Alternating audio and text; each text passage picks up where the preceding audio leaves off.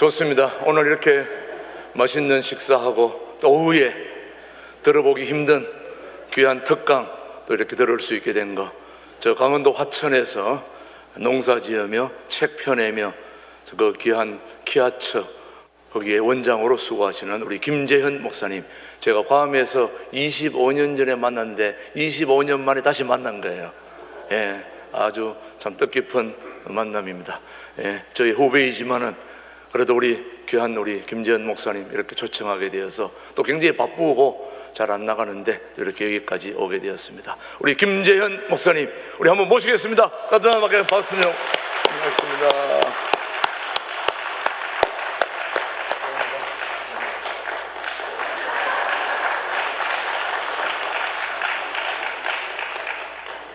감사합니다.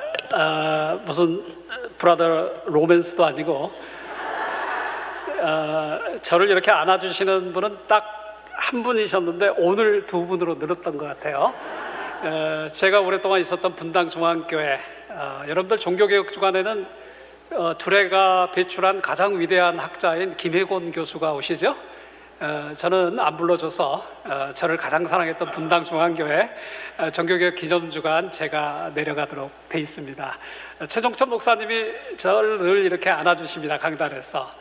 오늘 보니까 제2의 최동묵 목사님이 나타나셔서 저를 안아주셔서 무척이나 감사합니다. 엊그제 뵌 것 같은데 25년이 됐습니다. 오늘 제가 여기 오기까지는 여러분은 전혀 그럴 생각은 안 하셨겠지만 저는 사실 어제부터 밤잠을 못 이루고 오늘 새벽도 일찍 일어나서 오늘 이곳에 왔습니다. 그 이유는 나중에 제 책을 읽어보시면 이유를 아실 건데 제가 김진홍 목사님을 처음 뵌 적이 30년 전이었고 저는 만 6년 동안 김 목사님을 직은해서 모시고 중국 두레마을 그리고 식량 난민 운동, 탈북자 운동의 초창기를 열어갔던 맨 앞에 프론티어 라인에 서 있었던 젊은이 중에 하나였습니다. 만 6년 동안 제가 미국에서도 LA, 보스턴, 뉴저지, 프린스턴 등지 목사님과 함께 다니면서 이제 30대 초반의 젊은 시절 정말 먼 거리가 아니라 가까운 거리에서 많은 영향을 받았고 많은 꿈을 꾸게 됐던 젊은이였습니다. 하지만 그 사이에 긴 간극, 많은 이야기가 있었고 그래도 제가 제 25년 동안의 인물 양성 이야기를 담은 책을 만드는데 제일 먼저 김 목사님에게 인사를 드려야 되지 않을까 하는 생각이 들었고 사실은 여기서 말로는 다 못하지만 마지막 원고 내용을 살짝 조정해 가면서까지 제가 오늘 이 자리에 오는 길이 결코 쉽지는 않았습니다. 친정집에 왔다고 해야 될까요? 뭔가 아쉬움도 있고 감사함도 있는 그런 친정집, 그런 처갓집. 아마 그 마음이 지난 수십 년 동안 전 세계에서 우리 김 목사님을 중심으로 해서 두레 운동을 살려주시고 한국을 위해서 나름 애쓴 모든 분들의 헌신과 수고가 아니었겠는가, 저는 그런 마음으로 오늘 이 자리에 왔습니다. 아침에 일찍 도착해서 목사님 인사드리는데 정말 이렇게 포근하게 맞아주셔서 30년 전에 첫 만남이 어제 같았고요. 그리고 과도한 칭찬에 몸둘 바를 모르겠지만 우리 김 목사님 여러분들이 겪어보셔서 알지만 사람을 참 좋아하십니다. 사람을 참 좋아하셔요. 제가 오늘 또 여러분들은 늘 겪는 일이니까 모르시겠지만은 제가 예배 드리기 전에 가만히 앉아서 보니까 일일이 사람들을 찾아다니고 드럼을 치는 양반까지 찾아가서 악수를 하고 이게 사실은 사람에 대한 관심이 없이는 할 수 없는 일이거든요. 근데 그 점에 있어서 다른 점은 제가 말할 상황이 아니지만 그 점에 있어서는 30년 전이나 지금이나 우리 김 목사님 사람 냄새 나는 사람은 여전하구나 하는 생각이 들었습니다. 두 번째는 우리 최동묵 목사님이 만남이 엊그제 같았는데 가만히 세어보니까 1999년에 제가 하버드에서 공부를 마치고 프린스턴으로 내려가는 와중에 프린스턴에 간 첫 학기를 마치고 한국에 잠깐 다른 일이 있어서 들어왔는데 저보고 무조건 오래요, 괌으로. 유학생 신분인데. 그래서 한국 일정을 잠시 연기해놓고 괌을 불이 나게 다녀간 게 마지막 얼굴을 본 모습이었습니다. 그런데 우리 최동모 목사님은 예나 지금이나 사람이 굉장히 포근하시거든요. 사람을 좋아합니다. 그러니까 둘에서 제가 느꼈던 것은 사람 냄새였어요. 그래서 오늘 25년 만에 만났는데 어제 만난 형님 같아요. 예, 그래서 제가 우리 최 목사님 보면서 나는 인생을 헛살았구나. 왜 사람들을 좀 더 좋아하지 못하고 사람들의 마음을 이렇게 포근하게 할 수 없었는가 하는 자괴심을 늘 갖고 있었는데 오늘 또 우리 형님 되신 목사님의 얼굴을 보면서 여전하시구나. 그래서 제가 마음에 오늘 참 기뻤습니다. 세 번째 감사를 좀 나눠도 되죠? 제가 오늘 50분을 쓰라고 그래서 2시 3분까지 끝내도록 하겠습니다. 사실 할 내용이 없기 때문에 서두에 여러분에게 말씀을 많이 드리는 거예요. 오늘 보니까 오기 전에 우리 최 목사님이 전화를 하셔서 우리 교회는 늙은 교회다. 할머니 할아버지들이 많다. 그러니까 재밌는 예화를 좀 해주고 가라. 이렇게 말씀을 하셔서 내가 이제 고민이 됐지요. 내용은 어려운데 어떻게 해야 될까 하다 보니까 고민하고 왔는데 의외로 젊은 분들이 되게 많이 오셔서 감사한 것 같아요. 동시에 저는 우리 할머니, 할아버지, 권사님, 장로님들에게 참 늘 감사하는 마음이 있습니다. 왜 그러냐면요, 제 책에서도 제 이야기를 좀 썼지만 저는 어린 시절에 좀 누구나 그렇듯이 어렵게 자랐고요. 저희 어머님은 혼자 4남매를 키우셨는데 죽을 병에 걸려서야 마지막 교회를 찾았던 분이에요. 장례식 준비하다가. 그런데 교회를 나가자마자 귀신 9마리에 잡혀가지고 제가 초등학교 4학년 말 때 2달 동안 영적인 사투를 벌이신 거예요. 실제적으로. 야, 저기 구석에 9마리 귀신이, 군대 귀신이 나를 쫓아온다. 이런 모습을 2달 동안 영적인 사투를 벌였는데 그 시골에, 전라남도 광주에서 1시간에 차가 2번밖에 안 오는 시골에 시골 할머니들, 평생 동안 찬송가를 피아노 반주에 맞춰서 불러본 적이 없는 할머니 할아버지들, 찬송가 600곡의 모든 음조가 같은 할머니 할아버지들이 2달 동안 새벽녘까지 찬송을 부르면서 하나님의 승리를 맛보게 해주셨습니다. 제가 많은 공부를 조금은 했지만은 제가 평생 느낀 것 중에 하나는 구원의 확신은 공부와 상관이 없잖아요. 세상적인 권력과 상관이 있는 것도 아니고 나이가 희끗하다고 하나님의 영이 부족하겠습니까? 어떻게 보면은 제가 두레를 통해서나 지난 수십 년 동안 저에게 좋은 일을 한다고 비행기표를 사주고 신발을 사주고 밥 한 끼 사줬던 분들은 어떤 의미에서는 일자무식의 촌부들이었습니다. 나이 희끗하지만 뭔가 저 사람이 하나님의 일을 하는 것 같아. 내가 모르지만 밥이라도 한 끼 대주고, 김 목사님, 김 전도사님 힘내세요. 내가 모르지만 이 신발 신고 다니세요. 우리 뉴욕의 뉴저지에서 운동화 사업을 크게 하시는 집사님이 계셨습니다. 이분은 제가 갈 때마다, 우리 둘의 식구인데 갈 때마다 김 전도사님 새 신발 신고 힘을 내야 됩니다. 그래서 저희를 신발을 늘 챙겨주셨던 분이 계셔요. 아틀란타에서 만나고 뉴저지에서 큰 이 플러밍, 이렇게 집 고치는 일을 하신 우리 이덕남 장로님, 본인은 공부를 많이 하지 않으셨어요. 하지만은 늘 김 목사님이 가르치신 대로 사람을 키워야 된다는 열심 때문에 얼마나 많은 도움을 주셨는지 몰라요. 저는 사실은 그래서 이 자리에 앉으신 우리 나이 희끗희끗한 우리, 저로 보면 우리 어머님들, 아버님들, 우리 할머니, 할아버지는 여러분들 기도 때문에 한국교회가 있는 거예요. 그래서 오늘 제가 하는 말이 어느 정도 이해가 되실지와 상관없이 이미 은혜 받으신 줄 알고 제가 왜 이 자리에 왔고 제가 오늘 하나님께서 어떤 메시지를 여러분하고 같이 나누기를 원하는지 좀 시작해봐도 되겠습니까? 네, 안 좋으실 거죠? 사실은 김 목사님이 아까 저를 너무 이렇게 짧게나마 축혀주셨는데 저는 잘 보잘것이 없는 사람입니다. 오직했으면 지금 강원도 화천에 가서 농사 짓고 있겠습니까? 그래서 조용히 있는 사람을 불러주셔서 고맙고, 오늘부터 시작되는 1년의 전국 투어에 여러분 교회가 첫 교회가 돼서 저는 개인적으로 무척이나 감사를 드립니다. 저희 농장 소개 한번 해도 될까요? 네, 슬라이드 한번 보여주실래요? 접니다. 가장 편한 모습입니다. 제가 만 50에 2016년에 소록도 머슴 사역을 마치고, 소록도라고 아시죠? 네, 소록도에 만 7년간의 머슴 생활을 마치고 강원도 화천에 제가 도저히 견딜 수 없는 전환기에 들어간 곳이 화천이었습니다. 그리고 만 8년 동안 흙을 만지면서 저는 돌을 닦았고, 이제는 저 모습이 가장 편합니다. 저희가 둘의 마을 8만 평에 비하면 조족지혈, 아주 새 같은 곳이지만, 새 발자국 같은 땅이지만 한 3천 평이 좀 넘고요. 열심히 농사 짓고 있는데, 다음 슬라이드 한번 볼까요? 빨리 넘어갈게요. 네, 한 분 오실래요? 네, 산천어 축제로 유명합니다.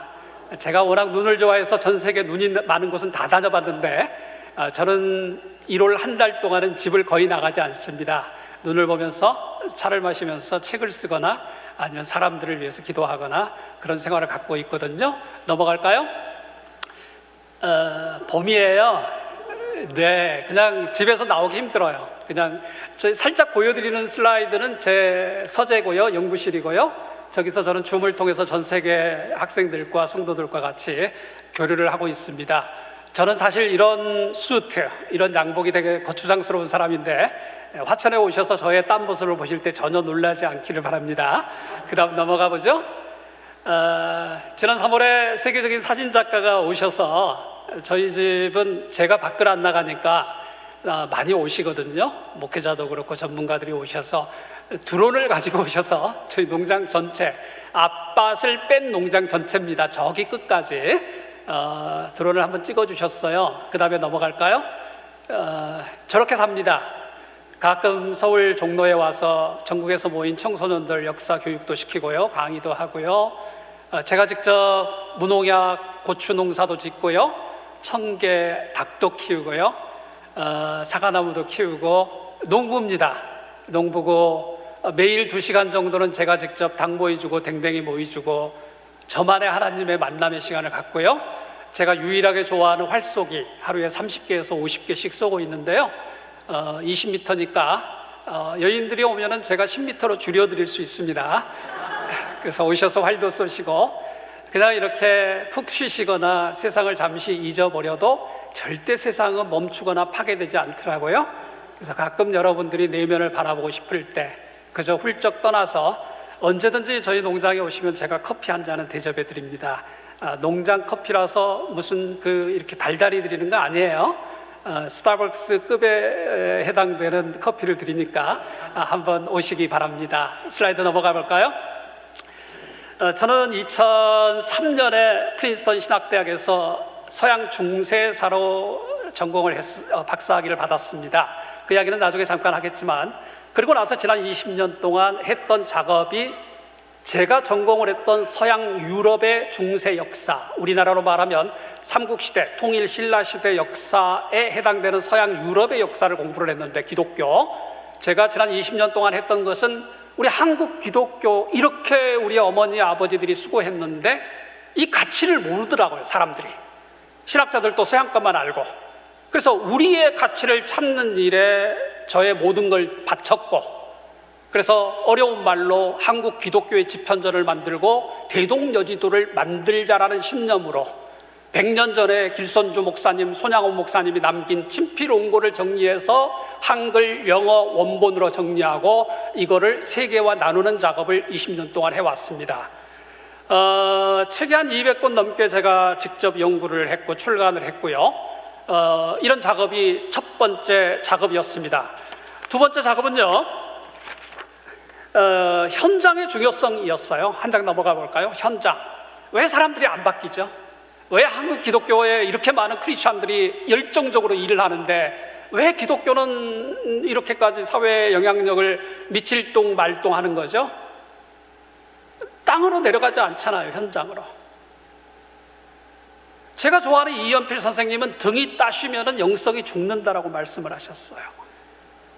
세련된 반짝반짝한 교회의 밑바닥 위에서 기도가 나올 수 있겠습니까?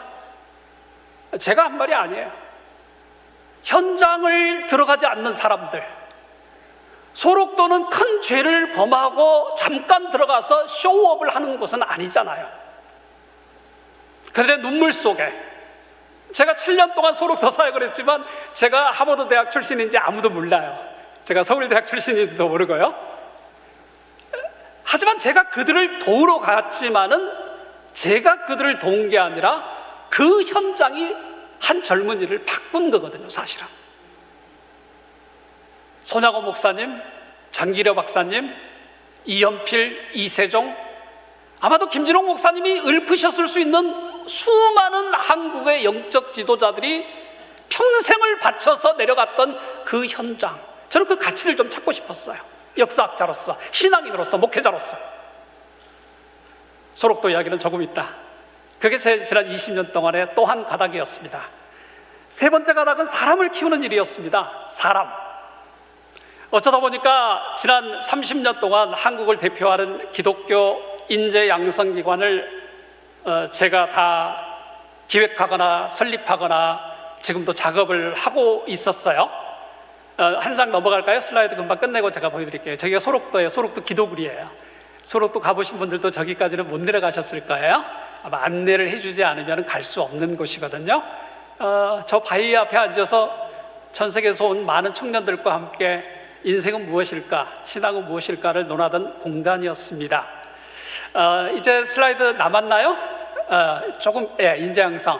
세 번째는 인재양성이었어요. 둘의 용건을 통해서 여러분들이 익숙하잖아요. 그래서 제가 오늘 오게 된 이유는 여기서부터 시작됩니다. 슬라이드 좀 닫아주셔도 됩니다. 제가 이번에 오늘 나온 책이에요. 200억 건축보다 사람을 키워라. 어제 배달됐어요, 인쇄소에서. 제가 8월 한 달 동안 죽어라고 썼고요. 제 인생을 정리하니까 한 달이면 충분하더라고요. 그래서 제 아내가 과감히 커트를 했고요. 분량이 원래 이것의 2배 정도 됐는데 글을 왜 이렇게 못 쓰냐고 나보고, 그렇게 해서 과감히 삭제를 해서 이 책이 나오게 됐는데, 책 제목이 재밌지 않아요? 200억 건축보다 사람을 키워라. 그죠? 그래서 교보문고나 네이버에서 200억을 치시면 제 책밖에 안 나와요. 우리나라 사람 돈 좋아하잖아요. 그런데 왜 200억 건축보다 200억을 왜 제가 책 제목으로 했는지 좀 궁금하시죠? 사실은 분당 중앙교회, 제가 최종무 목사님의 초대를 받고 괌 두레교회 갔던 때가 분당에서 제일 먼저 시작된 분당 중앙교회 장학재단이 시작되던 시점이었습니다. 그리고 제가 박사과정 1학기째를 마친 시점이었고요. 그래서 얼마나 힘들었겠어요. 제가 기획하고 선발하고 평가하고 장학금을 주는 모든 프로세스를 31살이었던 제가 시작을 했으니까. 그래서 사실은 과부하가 걸린 거죠. 근데 그 힘든 시점에 제가 장학생들 수련회를 위해서 한국에 잠깐 와 있는데 최동무 목사님이 저를 불러서 3일 동안에 멋진 휴가를 대접을 해주신 거예요. 그래서 제가 평생 최 목사님을 잊을 수가 없어요. 사람은요, 자기가 힘들 때 받은 은혜는 죽을 때까지 잊지 못하잖아요. 그 교회가 말이죠, 분당 중앙교회가 제가 10년 동안 장학재단 책임자로 있었는데 그 10년 동안에 25억 정도를 투입을 했습니다. 200만 불 정도 되죠? 25억 정도. 결과는 뭐였냐면 지금 한국 기독교의 신학대학의 교수들이 137명 정도가 분당 중앙교회 한 교회가 후원한 출신들입니다. 그럼 상상이 되세요? 네, 전임 강사까지 해서 500명 정도를 잡는데요, 신학교 교수들을. 그 중에 137명이 대형교회나, 좀 좋은, 죄송합니다, 제가 대형을 별로 안 좋아하지만 큰 교회나 신학교 교수들이에요. 그런데 왜 그 일을 시작했냐면, 어느 날 이제 제가 하버드 있을 때 안식년차 저의 초대를 받고 하버드로 오셨어요. 담임 목사님이. 나이 40, 39, 제 나이 30. 한 6개월을 지내면서 많은 이야기를 했고, 그게 계기가 돼서 어느 날 최종천 목사님이 전화를 해서 저에게 그런 말씀을 하셨어요. 야, 지연아, 지금 9,000명이 모이는 교회 건축을 해야 될 시점인데 가만히 계산을 해보니까 200억 정도 들겠다. 그런데 내가 너를 만나고 나서 가만히 생각을 해보니까 내가 평소에 가져왔던 생각, 사람을 키우는데 200억을 쓰면 어떨까? 이때는 마음속으로 아멘 하고 계시죠? 그 이야기를 해서 시작된 게 바로 이 책 제목이에요. 진짜 몇 년 후에 저는 그 교회 출신이 아니에요. 제가 몇 년 후에 여름에 장맛비가 내리는 때 예배를 드리러 한번 가봤더니 그 큰 교회, 1년 예산이 100억 되는 그 큰 교회 본당에서 빗물이 떨어지고 있다면 여러분들 믿으셨겠습니까?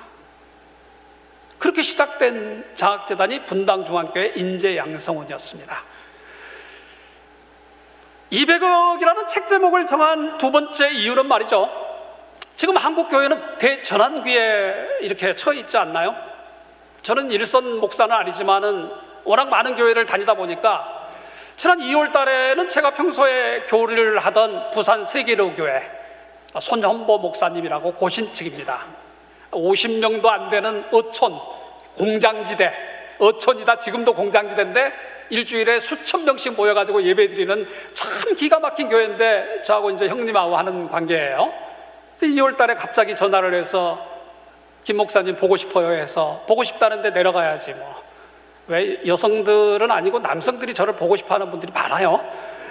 물론 제 아내는 저를 맨날 보고 싶어합니다.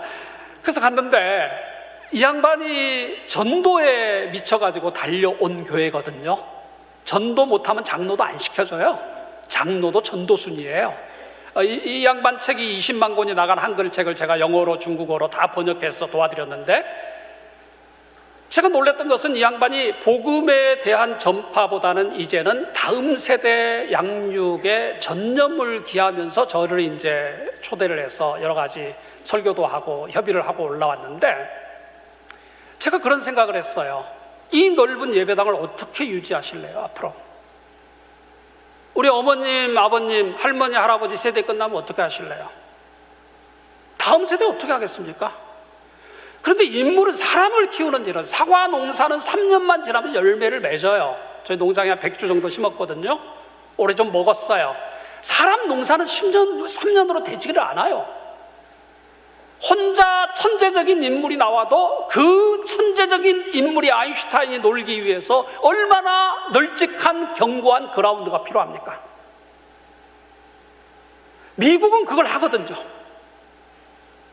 미국은 그걸 해요. 왜 우리나라는 미국의 버금가는 경제력을 가지고 있는데, 인구 비례, 땅덩어리 크기 비례해서 왜 우리는 다음 세대에 대해서 눈에 안 보이는 근본적인 작업을 안 할까? 이 작업을 위해서 들어가는 돈이 보통 200억입니다. 200억. 최소한의 경비입니다. 1978년에 대우재단의 김우중 회장께서는, 제가 굉장히 놀란 일이, 지금도 대우재단이 있어요. 대우는 망했지만 대우재단이 있는데, 그 재단을 위해서 본인이 200억 사재를 털어서 기부를 했어요. 기부를 하고 지금까지 그 정신, 여러분들은 잘 모르실 거예요. 학계에서는 대우학술진흥재단이 있고요, 대우재단 학술진흥 프로젝트가 있고요, 여러 가지 많은 일을 하는데, 제가 김우중 선생님께서, 회장님께서 200억을 출연하면서 시작했던 대우재단의 초기 목표를 이 책에 좀 담아놨어요. 이 복음이에요. 이 양반은 교회를 다녔는지 안 다녔는지 모르겠지만 복음이라서 읽어드립니다. 하나, 반드시 있어야 하는데 없는 것들을 하기 위해서, 그늘진 곳에 있는 것들 돕기 위해서, 조금만 도와주면 일어설 수 있는 것들, 둘의 정신 아닌가요? 선도적 기능을 할 수 있는 것들, 다섯 번째, 촉매적인 기능을 할 수 있는 것들을 하기 위해서 개인 재산 200억을 출연해서 시작한 게 대우재단이에요. 세 번째 이유는, 이 200억을 왜 제가 200억 건축보다 사람을 키우라라고 책 제목을 정했냐면, 이제 한국 사회가 경제적으로 굉장히 좀 여유가 있어졌어요. 옛날하고 달라요. 저희 젊을 때하고. 그래서 한 개인이 은혜를 받으면 200억을 헌금할 수 있는 구조가 됐어요. 지금 한국에서. 큰 돈은 여러 명이 헌금하는 거 아니에요. 한 명이 하는 거지. 물론 그렇다고 작은 헌금을 제가 폄하하는 게 아니에요. 누군가 10,000명 중에 1명, 10만 명 중에 1명, 100만 명 중에 1명은 한국교회 전체의 미래를 조감할 200억 정도 헌금을 할 수 있겠구나 하는 확신이 들었어요. 그래서 제가 책 제목을 이렇게 넘버 원, 넘버 투, 넘버 쓰리 후보를 정해놓다가 강하게 나가자. 강하게 나가자. 지난 여름에 좀 제법, 저도 이제 나이가 되니까 좀 제법 이제 좀 여유 있는 교회들 친구들이 있지 않겠습니까? 좀 큰 일을 하는 친구 목사가 저희 농장에 와서 3일 정도 쉬다 갔어요. 많은 분들이 오셔서 쉬다 가요. 밥도 해 먹고 뭐 가서 뜯어다 먹기도 하고, 농장에서 저희는 농약을 전혀 안 하기 때문에 그냥 씻어서 뜯어서 물에 한번 헹궈서 그냥 드시면 됩니다. 여러분들 오시면 제가 그렇게 대접하겠습니다. 그 친구가 저보고 그런 이야기를 해요. 김 박사, 그럼 김 박사 누가 200억 주면은 김 박사가 한번 일을 해볼래? 굉장히 좋은 기회 아니겠습니까? 근데 그 양반이 저를 잘 모르시더라고. 제가 왜 화천에서 들어와서 농사 짓고 있는지. 그래서 제가 그런 이야기를 했습니다. 전혀 고민하지 않고 제가 할 일은 아닙니다. 그는 30, 40대 젊은 영 스칼러나 영 리더가 해야 될 일이지, 나는 이제 뒷방 사람입니다. 아직 제 나이 60이 되지 않았지만 얼마나 많은 에너지와 열정과 두뇌 회전이 필요한 일인데, 얼마나 모든 것을 던져서 해야 될 일인데 저는 능력이 없는 사람입니다라고 대답을 했습니다. 하지만 제가 능력이 없다고 해서 제가 꿈까지 꿀 수 없는 것은 아니지 않습니까? 저는 이 책을 통해서 어떤 한 분만 200억 정도 기부했으면 좋겠어요. 무조건적으로. 한국교회 전체를 위해서, 다음 세대 전체를 위해서 그라운드를 놓는데 200억이 큰 돈이 아니에요. 대신에 쌓아두지 말고 200억을 가지고 나오는 이자 몇 푼 안 되는 걸로 하지 말고 그걸 향후 10년 동안 다 쓸 수 있는 구조를 만든다면 어마어마한 연구 비용 아니겠습니까?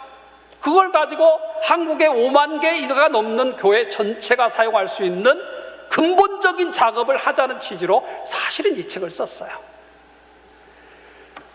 제가 지난 30년 동안 했던 장학재단은 4개였습니다. 하나는 두레연구원은 제가 세운 건 아니지만 제가 들어가서 그 이후에 30년 동안 제가 살아오는 핵심을 배웠던 것이 두레연구원, 두레장학재단이었습니다.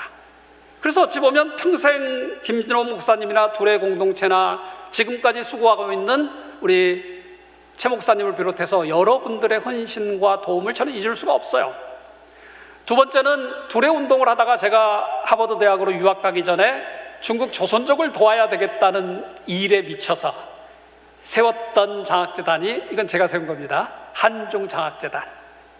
2, 3년 하고 나서 또 두레가 그거를 이어받아서 많이 도와주셨고 지금은 독립장학재단으로 해서 20년째 진행이 되어 왔는데, 제가 14주년 때 2011년에 처음으로 장학생들을 대면하러 중국 연변 두레마을에 다녀온 적이 있습니다. 근데 그 출발은 제가 시작을 했는데, 제가 3년 동안 연 1,500만 원씩 기부금을 모아서 보내줬던 것 같아요. 왜? 우리 중국 간도 지역에 있는 우리 중국 조선족 아이들, 100수십 년 전에 한국의 가장 뛰어난 사람들이 우리나라를 도저히 살아낼 수가 없어서 200만 명이 넘는 사람들이 그 지역으로 넘어가지 않았습니까? 거기에서 윤동주가 나왔고, 거기에서 문익환이 나오고, 거기에서 송몽규가 나오지 않았습니까? 그 후예들이 조선족 정체성을 확립하기 위해서, 그리고 예수의 이름으로 살아가기 위해서 저희가 시작한 장학재단이 지난 20년 동안 잘 진행이 되어 왔고, 그 일에도 우리 두레연구원과 김진홍 목사님의 사실 후원과 마음씀이 굉장히 했습니다. 제가 했던 세 번째 장학재단은 말씀드렸다시피 1999년부터 10년 동안 25억 정도를 투자했던 분당 중앙교회 장학재단. 그는 제가 전권을 가지고 모든 프로그램과 인재 양성을 진두지휘를 했습니다.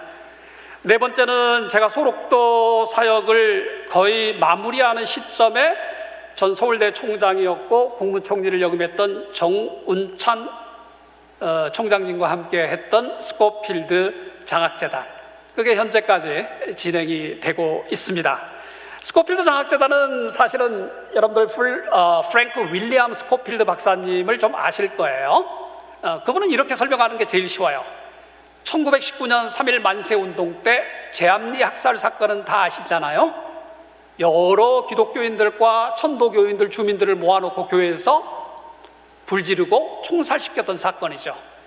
그 사건을 가서 사진을 찍고 세상에 알리고 파고다공원, 탑골공원과 서울시청 앞에 대한독립만세를 불렀던 그 현장을 사진으로 담아서 글과 사진으로 전 세계에 알린 사람이 프랭크 윌리엄 스코필드, 한국 이름 서코필이라는 선교사였습니다.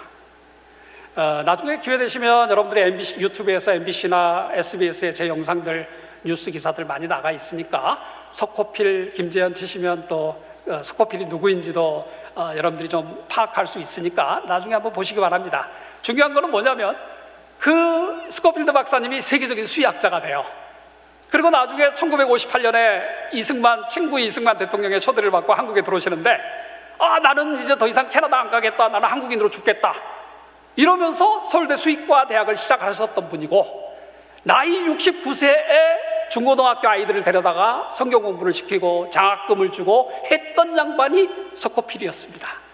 그리고 그 장학금을 받고 가난에서 벗어난 사람 중에 한 사람이 작고하신 김근태 의원, 그리고 전 서울대 총장 정운찬 회장님이셨습니다. 제가 책을 내다가 200여 권의 책을 냈으니까 사실 안 걸리는 곳이 없잖아요. 제가 책을 내다가 저는 정운찬 총장님을 뵙게 됐고, 그분과 함께 스코필드를 캐나다와 한국에서 알리는 일을 좀 해보자 그래서 지난 10년 동안 해오면서 우리가 만든 게 장학재단이었습니다. 그래서 작년까지 매년 우리 스코필드 박사님을 34번째 민족대표라고 부르거든요. 그래서 매년 30명 넘게 중고등학교 아이들을 뽑아서 지원하고 교육하고 그런 일을 진행을 해왔습니다.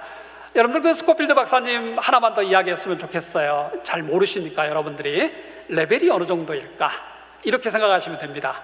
제가 캐나다의 오타와 정부나 또 한국의 청와대까지 스코필드 일로 많은 일을 같이 해왔는데, 쉽게 말하면 작년에 트루도 총리가 오셨죠.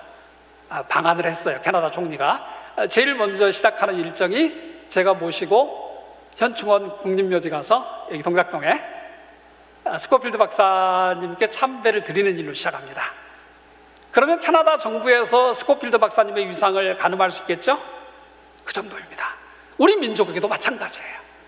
그래서 양국 정부가 2016년에 스코필드 박사님이 한국에 들어오신 100주년을 기념해서 양 정부가 우리 수 박사님을 많이 배려하는 일을 같이 진행을 했습니다. 이게 다 어떻게 보면은 사람을 키우는 일 아니겠어요? 더군다나 이 사람을 키우는 일이 이렇게 중요하게 된 거는 급격히 출산율이 떨어지고 있죠. 학생이 없어요. 학생이. 교회 주일학교가 우리나라 교회 전체의 60% 정도가 주일학교가 없어요. 지금 이 넓은 예배당, 일주일에 한 번 쓰는 예배당으로 될 확률이 굉장히 많잖아요. 일반적으로 생각할 때 애들이 줄어든다, 애들 안 난다고만 한탄을 하시겠어요? 아니면 왜 고등학교까지 열심히 교회를 다녔는데 왜 안 나올까? 대학 가서는 도대체 우리가 뭘 잘못했을까? 우리는 열심히 살아왔는데 누구보다도 눈물 콧물로 기도하고 성령을 체험하고 찬양을 하고 열정적으로 살아왔는데 한국 교회가 왜 더 이상 갈 곳이 없을까? 과거만 추억하고 살겠습니까? 내가 어떤 사람인데, 내가 만날 하나님이 누구인데 라는 과거의 추억만 가지고 살겠습니까? 누구에게 물려주겠습니까? 이 한국교회 유산을. 거기서 시작한 게 바로 이 책이었습니다. 저는 여전히 책 한 권이 세상을 바꾼다고 믿고 있어요. 그리고 저는 개인적인 이야기를 지금까지 쓴 책은 아닌데, 이제는 제가 좀 한국교회와 나눠야 되겠다는 생각을 그래서 올해 결정하게 되었던 것입니다. 김진홍 목사님은 30여 년 전에 저에게, 우리 또래들에게 남겨놓았던 감사가 4가지 정도로 제가 추억을 생각해 봤어요. 1982년에 초판이 나온, 제가 고등학교 때인데 제가 85학번이니까 새벽을 깨우리로다. 많은 사람들의 마음을 사실은 휩쓸었죠. 정말 저도 밤새 읽었습니다. 교회가 이렇게 돼야 되나? 제가 중형교회 출신입니다. 역삼동에 강남 1호 교회잖아요. 대형교회. 세습도 1호, 교회 건축도 1호, 아주 교회 크기도 1호. 다 1호예요. 제가 별로 자랑스럽게 생각하지 않습니다. 제가 한 2년 전에 충영교회 수석 장로님이 여차저차해서 자문을 해달라고 한번 부탁을 해서 참 가슴 무겁게 다녀온 적이 있습니다. 제발 좋은 교회 가슴 가볍게 갈 수 있는 교회가 좀 더 많이 생겼으면 좋겠어요. 충영교회 사람에 관심이 없잖아요. 김진홍 목사님은 새벽을 깨우리라는 책을 통해서 사람에 대한 관심을 한국교회에 던지셨습니다. 사람 귀중함, 당장 쓸 수 있는 준비된 사람 말고 헌금도 조금에 학생부 가면 맨날 돈 달라고 그래. 교육부 부서 예산 좀 올려주세요 말해. 당장 도움도 안 돼. 주차 관리도 안 해 이놈들은. 하지만 우리는 걔들을 지금 써먹는 게 아니라 미래의 자산으로 키워야 되잖아요. 그 생각을 아무도 안 했어요. 예나 지금이나. 그걸 하신 분이 김 목사님이셨어요. 김 목사님은 개인의 탁월함보다는 또래들을 강조하셨어요. 제가 이후에 수많은 장학재단을 운영하면서 핵심 원칙으로 삼았던 것입니다. 세상은 혼자 변혁시킬 수가 없어요. 혼자 똑똑한 것과 같이 마음을 모으는 것은 별개의 문제예요. 이게 둘에서 제가 배웠던 거예요. 제가 제 책에 자질구레한 이야기를 썼습니다만 같이 밥을 먹고 같이 잠을 자면 친해지죠. 왜 다르냐고 쌈박질을 안 해요. 왜? 우리는 숟가락을 같이 넣었잖아. 우리는 한 침대를 덮어봤잖아. 그때부터는 친구가 되는 거예요. 한국의 파편화되고 분열된 이 현상을 바꾸는 것도 또래 그룹이에요. 김 목사님이 오늘 또 설교하시는 모습을 보고 제가 느낀 게 있는데, 김 목사님은 자신이 해답을 갖고 있지는 않았지만은 시대 정신에 답하려는 고민과 행동을 갖고 계셨다고 저는 그때 그렇게 믿었어요. 본인이 알아야지만 꿈을 꿀 수 있는 것은 아니잖아요. 김 목사님은 어떻게 하면 이 시대 정신을 기독교가 담아낼까? 이제는 조금 바뀌셔도 되는데, 이제는.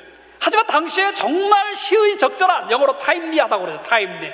정말 시의적절한 화두를 던졌고 우리 젊은이들은 그거를 물었어요.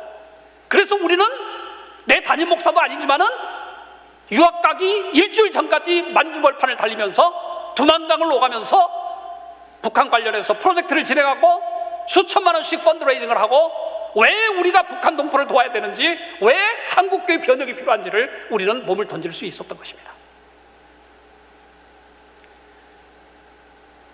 둘의 장기적인 효과 중에 하나는 원조를 비롯한 통합적 사상을 지닌 자유로운 영혼의 소유자를 강조한 측면이었습니다. 기독교는 교회의 주차 관리부터 밥을 하는 식사에 또 교회 청소에 수많은 일도 있지만 그 중에 몇몇 리더들은 바닥도 안 쓸고 화장실 청소도 안 하지만 한국 교회가 어디로 가야 될까라는 정신을 담아야 되지 않을까요? 정신을 만들어내야 되지 않을까요? 이게 기독교 리더가 하는 일이죠. 역할의 차이예요. 하나님, 나는 너무 싫어하셔서 나는 날마다 교회 방바닥만 닦게 하십니까? 이렇게 생각하시면 안 돼요. 우리는 우리가 잘할 수 있는 영역에서 최선을 다하는 것은 우리의 몫이에요. 제가 늘 즐겨 사용하는 표현입니다. 그리고 결과는 하나님의 몫이죠. 모든 학생의 IQ가 달라요. 어떤 학생은 1시간 공부하는데 영어 100점, 어떤 학생은 몇 달간 2과를 공부하는데 윤정미 내신 영어 자습서를 가지고 공부하는데 80점. 그럴 때 저는 아이들에게 늘 그런 이야기를 해요. 너의 지성이 다를 수 있고 지능이 다를 수 있지, 근데 중요한 건 뭔지 알아? 너는 네가 최선을 다하는 거야. 네가 최선을 다하면은 평생 그런 자세로 삶을 살게 돼. 그럼 언젠가는 네가 정말 잘하고 좋아하는 분야에서 너는 베스트가 될 수 있고 인생을 값지게 살아갈 수 있어. 중요한 것은 또 너는 최선을 다하는 것은 인간의 몫이고 복을 내리고 축복하고 인간을 사랑하는 것은 하나님의 몫이죠. 그게 우리의 삶에 필요한 거예요. 김진홍 목사님은 둘의 공동체는 저에게 그런 정신을 가르쳤고 짧은 기간이었지만 이후에 한국의 기독교 인물을 키우는 장학재단에서 저는 아주 중요한 가치와 코너스톤, 주춧돌로 삼았던 것입니다. 저는 이 이야기에 제가 왜 만 50이 돼서 전 세계를 돌아다니면서 설교를 하고 강의를 하고 책을 쓰다가 어느 날 갑자기 도저히 견딜 수가 없었어요.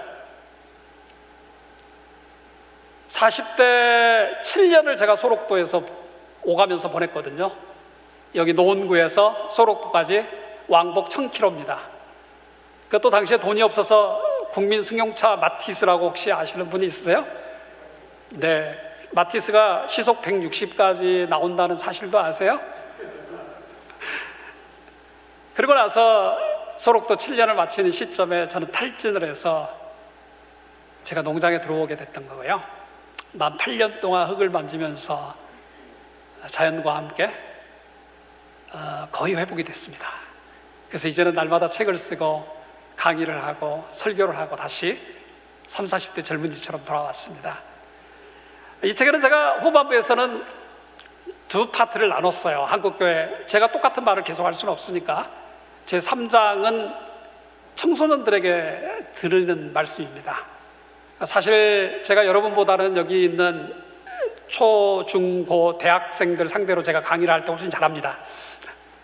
애들이 굉장히 좋아해요. 그래서 걔네들한테 제가 종종 나가요.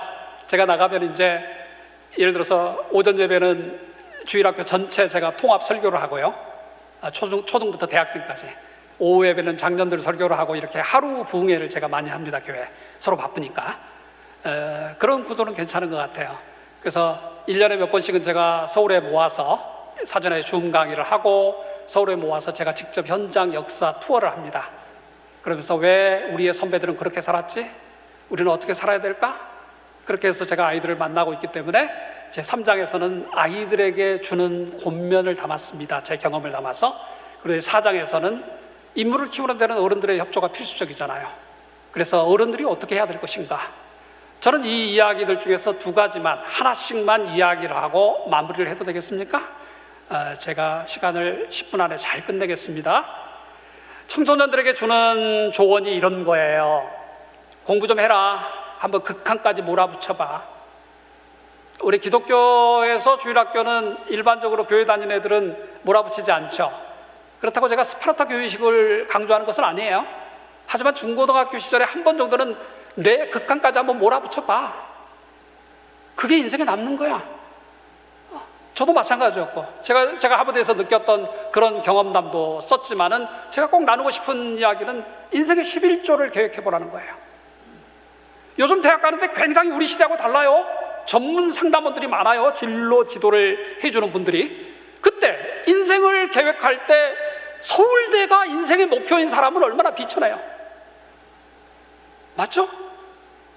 돈을 많이 버는 게 인생의 목표인 것보다는 내 인생의 70의 목표를 세우는데, 저는 거기서 꼭 우리 아이들에게 말하고 싶은 것이 인생의 11조를 계획하라는 거예요. 인생의 11조가 뭐죠? 아니, 하나님이 거지가 아니잖아요. 하나님은 우리가 돈 몇 푼 드리는 걸로 아유, 얘 너무 잘했어, 11조 너무 고마워, 다음에 잘 유용하게 쓸게, 이런 분이 아니잖아요. 왜? 우리가 가진 모든 걸 주셨는데. 하나님이 진정 원하는 것은 나예요. 내 자신. 마치 생명과도 같은 나의 인생의 한 토막의 시간 아닐까요? 제가 온누리, 시애틀 온누리 교회, 시애틀에 성령 강림절 집회를 한번 갔어요. 제법 큰 교회인데, 그때 한참 만 40이 되던 때인데 하늘에서 막 가끔 인생에 그런 단계가 있죠. 하늘에서 계시가 쏟아져 내려오는. 다 이해하시죠? 가만히 생각해보면 한 번 정도 내려와요. 하늘에서 계시가. 그때가 제 인생이었어요. 하나님이 저에게 몇 가지 질문, 제 인생에 굉장히 큰 변화가 시애틀에서 일어났던 시점인데요, 한번 그런 질문을 주셨어요. 제가 묵은지 고등어 김치찌개를 되게 좋아합니다. 그래서 묵은지 고등어 김치찌개, 제가 직접 김장도 하거든요, 매년. 제가 키운 고치로. 하나님이 저에게, 야, 재현아, 너 그거 좋아하지? 묵은지 고등어 김치찌개 좋아하지? 예. 그런데 네가 어느 한인 식당에 갔는데 네가 묵은지 고등어 김치찌개를 시켰는데 집주인이 그날따라 기분이 나빠서 고등어를 대가리와 꼬리만 넣어가지고 줬다면 너 기분이 어떨 것 같아? 하나님이 가끔 굉장히 좀 뻔히 하셔요. 웃기셔요. 그래서 저는 굉장히 열받았죠. 저의 최애 음식인데. 아니, 하나님 그런 음식 좀 가면 안 되죠. 자신 있게 대답을 했는데 그 다음 질문이, 하나님의 질문은 늘 저희를 울컥하게 만들어요. 그 다음 질문이 뭐였는지 아세요? 짐작하시죠? 너는 어때? 너 지금 잘 나가잖아. 네가 힘 있을 때는 네 하고 싶은 거 다 하다가 일이 안 풀리거나 나이가 들어서 갈 곳이 없으면 어떻게 돼? 전부여 의지 없어서 손 들고 옵니다. 저는 그때 정말 울었어요. You are right. 하나님 맞아요. 내 모습이거든요. 하나님이 원하시는 것은 고등어 대가리나 꼬리가 아니에요. 가장 팔팔할 때, 가장 잘 나갈 때, 내 인생의 70을 산다면 7년 정도는 눈 딱 감고 싹둑 잘라서 하나님께 드릴 수 있는 그 삶을 하나님이 원하시는 거 아닐까요? 그리고 시작된 게 소록도의 삶이었습니다. 아무도 저를 초대한 사람이 없었습니다. 저는 그냥 제 인생 40대 초반에 만 7년 서울에서 소록도까지 왕복 1000km를 170번 정도 오가면서 데려가니까 별로 뭐 대단히 한 건 없었어요. 스타렉스가 고장나면 주민들 600명이 쓰도록 하루 종일 설교하고 책 팔아가지고 스타렉스 하나 사주고, 라면 먹고 싶다고 그래서 21 포에버라고 미국의 큰 기업 회장님 만나서 돈 좀 주세요. 얼마나 필요해? 라면 한 트럭 필요한데요. 왜? 600명에 한 박스는 드려야지 600명에 짜장라면 한 봉씩 주겠습니까? 그래서 라면 한 트럭 얻어다 드리고, 우리 소록도 주민들이 음악 좀 좋은 음악을 듣고 싶다고 그래서 LA 사랑의 교회 가서 설교하고 돈 좀 주세요 했더니 또 집사님이 800만 원 주셔서 그랜드 피아노 넣어드리고, 뭐 설교자 없을 때는 새벽 3시 40분에 새벽 설교 일부가 시작돼요. 교인도 몇 명 안 되는데 이동이 불편하니까 새벽 2시까지, 오후 2시까지 설교 하루 종일 하고, 성도들 5명, 10명, 기케야 100명, 그렇게 만 7년을 보냈어요. 어떻게 보면은, 그러면서 저는 사실은 소록도 이야기는 여기가 제가 좀 몇 페이지 걸쳐서 좀 써놨습니다만은, 처음에는 하나님이 마음을 열어주셔서 했는데 나중에 알고 보니까 저의 인생의 스승이었더라고요. 하버드 대학이나 프린스턴 대학이나 다들 쟁쟁한 좋은 학교잖아요. 그죠? 서울대학교하고는 게임도 잘 안 되는 대학들이 많아요. 미국에 알려지지 않은 학교들 중에서도. 그것도 가르쳐주지 않은 많은 것들을 삶의 현장에서 저는 정말 눈물 범벅이 돼서 제가 7년 동안 배웠습니다. 그리고 그 힘 때문에 아마도 모든 것을 내려놓고 50살이 되던 어느 날 그냥 다 던져버리고 제가 강원도 시골로 들어갔던 이유입니다. 저는 그냥 이렇게 시골에 묵묵히 살아가고 있는 농사꾼입니다. 하지만 제가 여러분에게 꼭 드리고 싶은 말씀은요, 한국 교회가 이렇게 망가진 데는 딴 사람을 지적하거나 손가락질할 필요가 전혀 없고요, 하나님 알고 보니까 내가 너무 이기적이었어요. 내가 너무 잘난 맛의 싸움닭이었어요. 하나님, 내가 정말 사람을 사랑하고 복음을, 내가 받아들인 복음을 남들에게 전하려고만 했지 내가 복음을 살려고 하지 않았어요. 하나님, 그러다 보니까 망가진 거예요. 우리 좀 다시 달리 살아보면 어떨까 하는 생각이 들어요. 복음은 전하는 입의 힘에 있지 않아요. 복음은 살아내는데 그 힘이 있어요. 나는 우리 청소년들이 미래의 계획을 세울 때 강남의 유치원생들은 의대를 어떻게 갈까를 유치원 때부터 배운대요. 내 친구들이 말해준 바에 따르면 그게 인생의 목표면 얼마나 비참해요?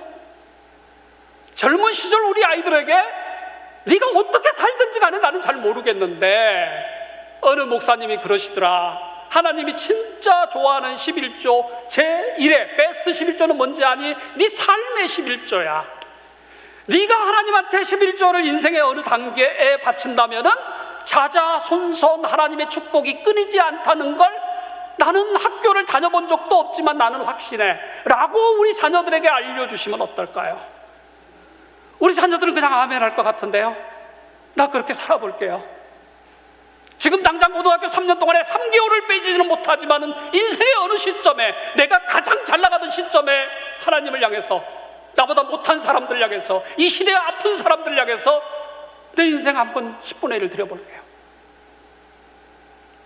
우리 어르신들도 이제라도 동참하시면 어떨까요? 한국교회가 바뀔 겁니다. 우리 어른들에게 드리는 말을 아주 구체적으로 담았어요. 그 중에 하나만 이야기하고 정리할까요? 제가 전도사 시절이었던 1994년대나 지금이나 30년이 지났지만은 한국교회는 어린 아이들을 키우지 않습니다. 그래서 전통적으로 교육시키죠. 여러분 교회 1년 예산 중에 20억 정도 되시죠? 제가 추측 겸 주워 들은 바에 의하면 혹시 아이 인물을 키우는 데 있어서 직접 투자하는 금액이 몇 %나 될까요? 대답은 그냥 마음으로 하셔요. 한국교회가 20억에 10%, 2억을 무조건 담임 목사 월급 나가듯이 떼어놓고 그걸로 10년의 계획, 20억의 계획을 세운다면 어떨까요?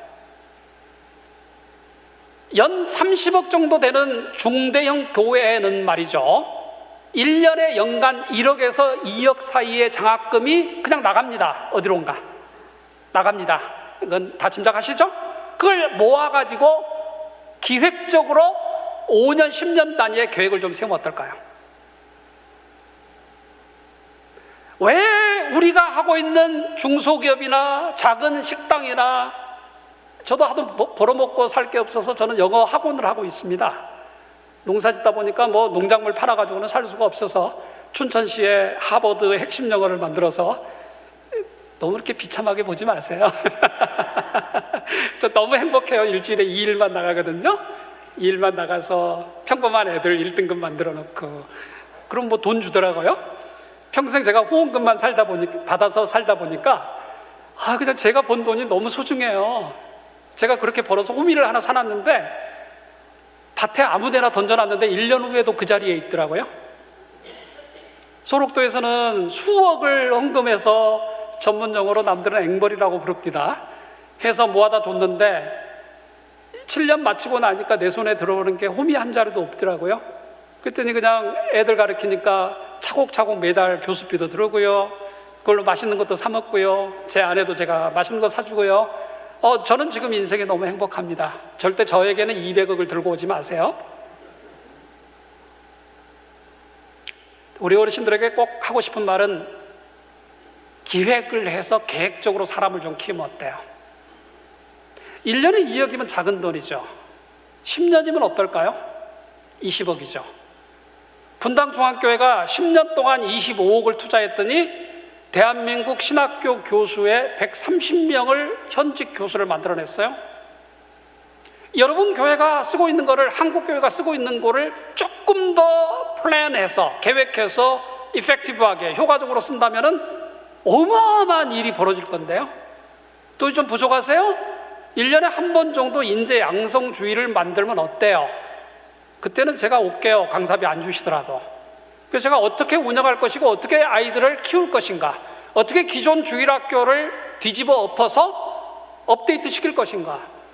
뭐라고 애들 몇 명 모이지도 않는데 유년부 따로 하고 초등부 따로 하고 중고등부 따로 해요? 그건 여러분들 생각이에요. 제가 이렇게 학원도 하고 아이들을 만나보니까요, 초등 4학년부터 대학 4학년까지는 이해의 폭이 똑같아요. 지금 대학생들 되게 기분 나빠하지 마세요. 아니, 감히 우리를 초등 4학년에. 근데 선생님 입장에서 볼 때, 전문가 입장에서 볼 때는 이해 가능성이라고 그랬지 이해의 능력에서 갔다고는 안 했어요. 내가 무슨 말을 하든 다 알아들어요. 근데 왜 자꾸 나눠요? 나누다 보니까 줄어드는 애들 사이에서 돈은 많이 들어가고, 교육자 비용, 뭐 기회 비용, 시간 비용. 아니, 내 1시간은 중요하고 우리 아이들의 1시간은 안 중요해요? 그렇게 귀한 시간 내가지고 주일날 1시간 오는데, 우리는 최고의 전문가가 모여가지고 고민을 하고 기도를 하고 자료를 이용해서 애들 키워줘야 되는 것은 우리 목 아니에요? 그 일을 하기 위해서는 교회 예산의 미니멈 10분의 1을 떼어내서 해보죠. 반대하시는 분 손 들어봐요. 우리 애 키우자는데. 한국전쟁 겪으면서 어미여 아비는 못 먹어도 그 배고픈 배 쥐어 안고 키운 결과들이 여러분 아닌가요? 저 아닌가요? 다시 한번 우리 한국교회 재생을 위해서, 회복을 위해서는 우리가 과거에 이렇게 해왔기 때문에 거기에 여전한 낭만적 회고에 빠지지 말고 우리 아이들 중심으로 어른들의 역할이 되게 중요한 게 어른들이 바뀌지 않으면 애들은 교회 안 돌아옵니다. 제가 지난 8년 동안 했던 가장 큰 반성 중에 하나는 제 아이들이 제 눈에 들어왔습니다. 제 사랑하는 아내가 제 눈에 들어왔어요. 저는 요즘 일주일 24시간을 아내하고 둘이 지내는데 싱겁지가 않습니다. 세상을 구하겠다고 전 세계를 돌아다녔는데 그 뒤에 마지막까지 움직이지 않고 자리를 지켜준 사람은 제 아내였더라고요. 어렵게 자라왔던 애들은 우리 애들이더라고요. 그래서 제가 변하기로 아직도 제 아내가 비웃겠지만 열심히 노력합니다. 내가 변해야지. 나는 원래 이런 사람이야. 그렇게 나쁜 사람은 우리 되지 말자고요. 죽을 때까지 배우자고요. 죽을 때까지 공부하자고요. 죽을 때까지 변하자고요. 그래서 제가 책을 쓴 게 이 책이에요. 한국 기독교 성지순례 50. 저는 한국 기독교를 정리하는 4가지 주제를 갖고 50이라는 주제로 책을 4권을 썼어요. 순교, 선교, 기독교 민족 지도자. 둘레하고 대화의 류가 비슷하죠? 마지막 한국 기독교 성지순례는 남한 전역에 있는 410곳의 기독교 유적지를 50개 벨트로 나눴어요. 전국에 어디에 가나 주차를 하고 잠깐 차 한잔할 수 있는 기독교 성지들이 인근에 있습니다. 이게 김정호의 대동여지도예요. 언제까지 유럽만 가실래요? 언제까지 이스라엘만 가실래요? 이 전쟁통에도 이스라엘 가는 대신에 돈도 안 들어. 집사님 우리 한번 커피나 마시러 가볼까? 쏙 갔다가 오면 되잖아요. 그렇죠? 우리가 변해야 되는데 저는 역사학자이기 때문에 순례 영성을 강조합니다. 순례 영성, 나를 돌아보는 영성. 피 흘림의 현장에서, 기적의 현장에서, 기도의 현장에서 하나님과 내가 만나는 그 순간의 변화 가능성. 그래야지 우리가 안 변할까요? 우리가 변하지 않겠습니까? 그래야지. 우리가 변해야지 다음 세대를 키우는 거예요. 왜? 사람이 사람을 키우기 때문에. 시간을 마무리할 시점인데 예 하나만 더 들고 마무리 금방 하겠습니다. 제가 시간을 잘 지키는 사람입니다. 그래야지 다음에 또 불러주거든요. 한 번은 서울에 아주 이름 석자만 될 수 있는 큰 교회 목사님이 찾아오셨어요. 소망교회 김지철 목사님이 분당중앙교회 장학재단 이야기를 듣고 찾아와서 이런 이야기 해도 되는 거죠. 좋은 이야기니까. 실명 책에 다 들어있어요. 고맙죠. 사람을 키우겠다고 오셨어요. 그래서 이제 강남 스타일이시더라고요. 분당은 얼마나 시골이에요. 지금 제가 제대로 말씀드리고 있는 거죠. 강남 스타일로 오셨어요. 그래서 얼마나 고마워요. 사람을 키우겠다. 우리 교회는 당장 동원 가능한 예산이 현금으로 50억 정도는 만들 수 있다. 그래서 너무 좋더라고요. 사람을 키우자. 그런데 제가 당시에는 버릇이 없고 젊어서 제가 그런 소리를 했습니다. 목사님, 사람은 돈으로 키우는 것이 아닙니다. 지금 굉장히 잘못하고 있어요. 그때 반성하고 있어요. 사람은 돈으로 키우는 게 아니에요.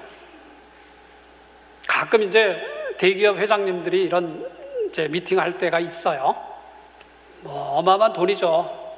저희 시골 농부로서는 상상할 수 없는 돈인데 돈으로 사람을 키우지 않아요. 제도가 사람을 키우지 않아요. 제도가 사람을 키우면 대한민국 교육체계 이렇게 좋은데 벌써 대한민국이 문화 선진국이 될게요? 인격 선진국이 될게요? 사람은 사람이 키우는 것입니다. 그래서 부제가 우리 스텝이 부제를 만들어놨는데 결국 사람이 사람을 키운다. 그러려면 어떻게 돼야 돼요? 내가 변해야 돼요. 내가 변해야 돼요. 신앙의 본질이 무엇일까? 왜? 저희 어머님이 하늘에 가신 지가 5년이 됐는데 나이 50이 중반이 훨씬 넘었는데도 제 삶은 어머님이 살았던, 어머님이 꿈꿨던, 어머님이 기도했던 그 길을 제가 쫓아가고 있던데요. 우리 어머님은 초등학교도 안 다니셨어요. 평생 힘들게 사셨어요. 머리는 똑똑하셨어요. 저에게 남겨준 게 없었어요. 학교를 보내주신 거 아니고 제가 중고등학교 때부터 고학해서 다녔거든요. 학교를 수석하고 서울대 입학을 해도 뭐합니까? 돈이 없는데. 젊어서는 어머님이 밉기도 했죠, 잠깐. 근데 나이가 들어서 애들을 다 키우고 나서 제가 살아가는 모습을 보니까 제 어머님의 삶의 발자국을 따라가고 있더라고요. 농사 짓는 모습까지, 고추 밑에다가 상추를 일렬로 심는 모습까지, 부추를 심는 모습까지 다 어머님의 스타일이에요. 우리의 애들이 지금 교회 안 나옵니까? Don't worry, 걱정하지 마세요. 우리 애들이 기도도 잘 안 합니까? 왜 걱정해요? 시간이 되면. 갈라디아서 4장 4절에 나오는 때가 참에는 구원의 역사에만 있는 게 아니에요. 우리 자녀의 시간표에도 해당되는 겁니다. 그래서 우리는 기도만 할 뿐이에요. 우리가 잘 살아야 되는 거예요. In His time, 때가 되면 우리 아이들은 우리의 모습을 쫓아서 한 걸음 두 걸음 찾아 따라올 것입니다. 사람을 키워요. 사람이 사람을 키워요. 그래서 우리가 좀 더 바르게, 내가 나이가 들었고 힘이 없네, 그래도 교회 문을 열고 기도드려야지.